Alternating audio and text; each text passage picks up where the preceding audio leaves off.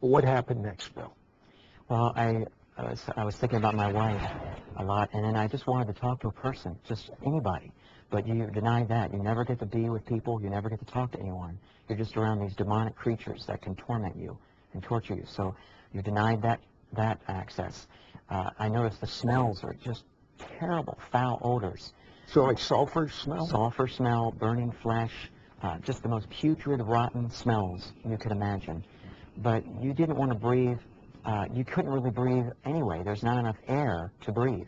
Every breath took such an effort. I just have to describe it. I breathed like this. It was like every breath you could barely get.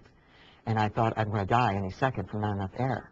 But you have to go on living without enough air also. Okay, it's so hot. What about thirst? Did you have that sensation? Were you thirsty? Terrible thirst. Absolute, so dry. My mouth was like I hadn't drank in weeks a drop of water. And that's how it is for eternity. There's no water in hell. Zechariah 9:11.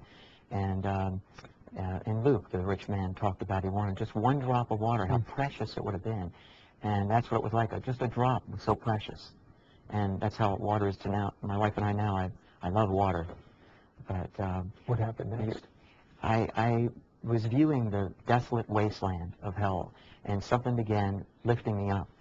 And I didn't know what it was, but that was the Lord's presence lifting me up at that point, so I could see a little bit more of hell.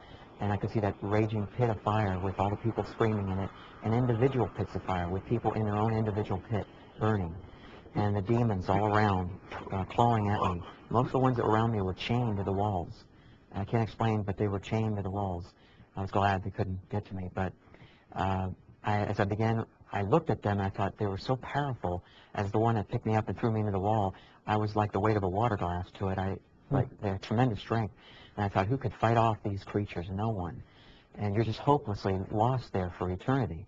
And as I began going up into the darkness, it's already dark there, but there's just a little bit of light by the flames, and it barely travels. But as I went up into this tunnel, it was being raised up, it got darker and darker until it was absolutely pitch black. And I was in complete terror at that moment. And right then, when I was just desperately crying out, the Lord showed up, just in a bright light all of a sudden. And what was the sensation in your body when you saw him? Well, to go from 1 second earlier to be lost for eternity to the next second, knowing he placed it back in my mind that I was a Christian. So I instantly knew who it was, that it was Jesus. I said, Jesus. And he said, I am. And I just fell at his feet like a dead man. I just collapsed at his feet. And I just wanted to worship him forever and ever. I wanted to thank him over and over and over again for rescuing me, that he's the only way out of this place, is knowing Jesus. And I was so grateful. And you know, when you're in his presence, you don't really want to ask questions. You just want to worship him. But yet thoughts came in my mind of questions. And I thought, Lord, why did you send me to this place? And he answered my thought. And he said, because many people do not believe in hell. He said, even some of my own people do not believe that hell exists. That surprised me. But there's been many people that have called in to us, even on radio shows, that Christians that have said they don't believe in hell. But man, now, outside of your experience, you realize that if he hadn't gone there to be able to report back to us, and he had gone there because he was a non-believer, he could have never gotten back. Has that thought ever crossed your mind, what it would have been like to be there for all of eternity? I just can't even really imagine. I mean, when I was there, I did imagine it, and it was horrible to live with that thought, to never get out. You know, there's nobody on earth that's ever experienced utter hopelessness. You could always die to get out of it. All right, what else did he tell you when he came to rescue you? He said he wanted me to go tell people that he loves everyone. He doesn't want anybody to go to hell. And he allowed me to feel a piece of his heart at that moment. I saw people dropping one after another back down that shaft that I had come up. And I felt so bad for the people. But he allowed me to feel a little bit of his heart, what he feels for the people. And he wept over people going into hell. He doesn't want one person to go there. It hurt him so much that the amount he allowed me to feel, I couldn't stand it. I had to ask him to stop. I can't stand feeling what you feel. Just a little piece of what he let. So you felt being separated from God, and you didn't like that one bit, and then you felt his hurt over humans that choose to go to hell rather than surrendering to God. Exactly. Just like he wept over Jerusalem when he came into the city. He was weeping over the people. It hurts him more than you can imagine for people to go there. But he's a just God. Did he indicate when he's going to return? He just told me, he said, tell him I'm coming back very, very soon. And he repeated himself and said, I'm coming back very, very soon. Did you hear that? He said, you think that Bill had this experience just for the heck of it? It was for you. But wait till you find out what I'm going to find out from his wife, Annette, who witnessed when he came back. She'll be on the next segment. Don't go away. We'll be right back to It's Supernatural. We now return to It's Supernatural. Hello, Sid Roth here with Bill and Annette Wiese. Bill is basically minding his own business, and he finds himself dropping. He ends up in a cell in hell, real hell. And Jesus took his memory away from him that he was a believer, and so he experienced what it was like to be in hell and not know Jesus and have no chance of reversal. None. Eternity there. But then you said that Jesus came. He told you what you had gone through because he wants you to tell people about this. And then he said he was coming back soon. Now, Annette, this was about 3 in the morning, and he spent, according to the book, 23 minutes in hell. So at about 3:23 or so, what did you hear? What did you observe? I was in a sound sleep, Sid, and I knew it was 3:23 because I automatically turned to my left and I looked at the clock. So we had a big digital clock that said 3:23. And I heard screams. Bill was not beside me, so I proceeded down the hallway. And I found Bill in a state I've never seen him in. If you know Bill... Is he an emotional person at all? No. Is he very level? He's very steady, consistent, calm, and more reserved by nature. Is he a real weeper?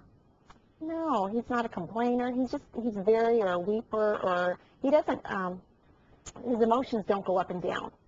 He's stable. He's stable. He's a very stable man. So what was he what was he doing when you saw him? What did you hear? Well, I saw him in a fetal position on our living room floor, and he was holding the sides of his head, and he was screaming, "The Lord took me to hell. Pray for me. Pray for me. You know, pray that this fear goes out of my mind." And I was just like, and of course I was in shock at first. I was relieved in one sense that he wasn't having a heart attack, because when I found him like that, I thought, oh my, what is happening? And so I just went up to him and I started to pray for him. There was no warning before you went to bed? There was nothing unstable about what he was saying, doing, or thinking? No, we just had we had gone to a prayer meeting, came home, went to bed, went to sleep like any other night. So nothing unusual. Okay.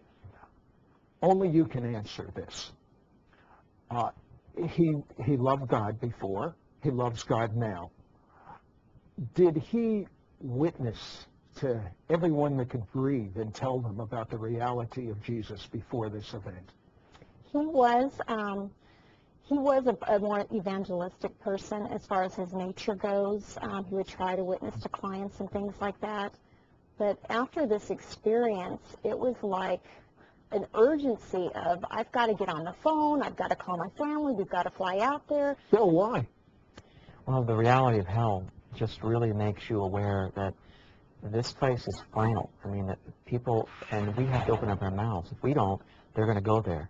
So I just felt like, I've got to do everything I can in this short time God's given us and make it count and witness to everybody that I can. Listen, when you were a young man, you went through something that should have been it. A shark, you were swimming, and a shark grabbed hold of you and literally was going to bite off, was it your arm or leg?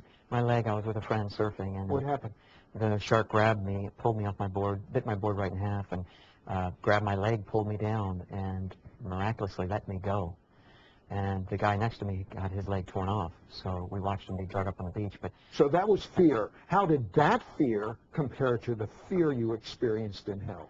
That fear was terrible, but it was paled in comparison to what you go through in hell. It's no comparison. So I assume that the minute you came to your senses, you started telling everyone about this experience? Yes, I did. People don't have to believe me. It's not about believing me. It's about believing what the Bible has to say about hell, that there's scriptures, over 150 scriptures Well, wait a about second. You believed in hell before this happened. What is the Right. difference now?